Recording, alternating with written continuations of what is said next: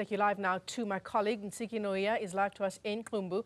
Nsiki, before we get to the issue around the patrollers, perhaps we can just pick up from our colleague Sipa Kema and what she's been telling us about insofar as the Lusikisiki massacre is concerned and that miscommunication. The police minister announcing at the mass memorial service yesterday that 3 suspects would be appearing in court today. We now know that that was not the case and that the case, that they were never going to appear, these suspects, in connection with this particular massacre. What does the MEC for Safety and Security in the province have to say about this miscommunication? That's right, Michelle. And the MEC for Community Safety here in the Eastern Cape, Xolile Nqatha, is here attending to this incident that happened last night. MEC, before we talk about what happened here at Godene Village last night, I need to ask you this question. Yesterday, the Minister of Police, Senzo Mchunu, announced that 3 suspects have been arrested and they may not be linked to the massacre that occurred in Lusikisiki, but in the future they may be linked to that, as the police were still, interrogating them, but they were behind bars and they were expected to appear in court in the Lusikisiki court today. But what we are getting from my colleague Sibagema is that according to the court's rule, there are no such people, and further confirming with the NPA, there are no such people. No one was supposed to appear in court in connection with what Minister spoke about yesterday. What do you know about what is happening with the 3 people that the minister said they will be appearing in court today?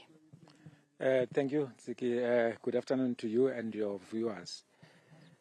From what we know is that people were arrested and they were supposed to appear today for cases not related to the 18. One of the cases involved murder. And they remain persons of interest as it relates to the 18 that were massacred in Lusikisiki. And police are busy processing information which might confirm and be converted that information to evidence that may lead them to be charged once that work is concluded. Hence, I said yesterday, let's afford the team this chance to do the investigation and process DNA and process all other evidence material that is on the side of the police. And from what I know, they're supposed to have appeared today for those cases. And for any other detail, then you can speak to the provincial commissioner about such. And we are here today, sadly, even before we can bury the 18. And quite a brutal incident occurred last night at around 11, where safety patrollers were shot and killed here by the criminals. And I wish to take this opportunity to convey our message of condolences on behalf of the provincial government to the families of the deceased. It is deeply, deeply saddening that we should be facing this disdainful act of criminality as a province. And I want to assure the people of the province that this incident will not break our resolve to fight against criminality. And I wish to call upon the members of the community to come forward with any information that can lead to the arrest of the culprits. And I'm glad that police and investigators, experienced detectives are already on the ground. They are already busy taking statements to people that can help us again break, this case. When we got here, MEC, we spoke to members of the community and they were complaining that they are under siege because they're trying to fight crime. And they've been complaining about stock theft because they're saying that this is stock theft related. They are fighting stock theft here.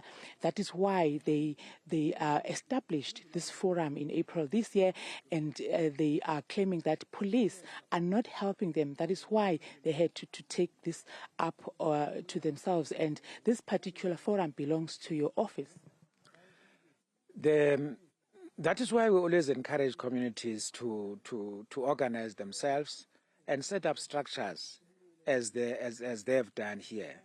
But one of the weaknesses of this structure is not a formalized structure. working with Community Policing Forum or safety patrollers under the Department of Community Safety, because formal structures are linked to relevant police stations. As they do their work, they work with the police. This is the weakness of the structure. Had they been working in collaboration with the police, some of the things could have been avoided. But we fully understand the fact that they've stand up as a community to fight against stock theft.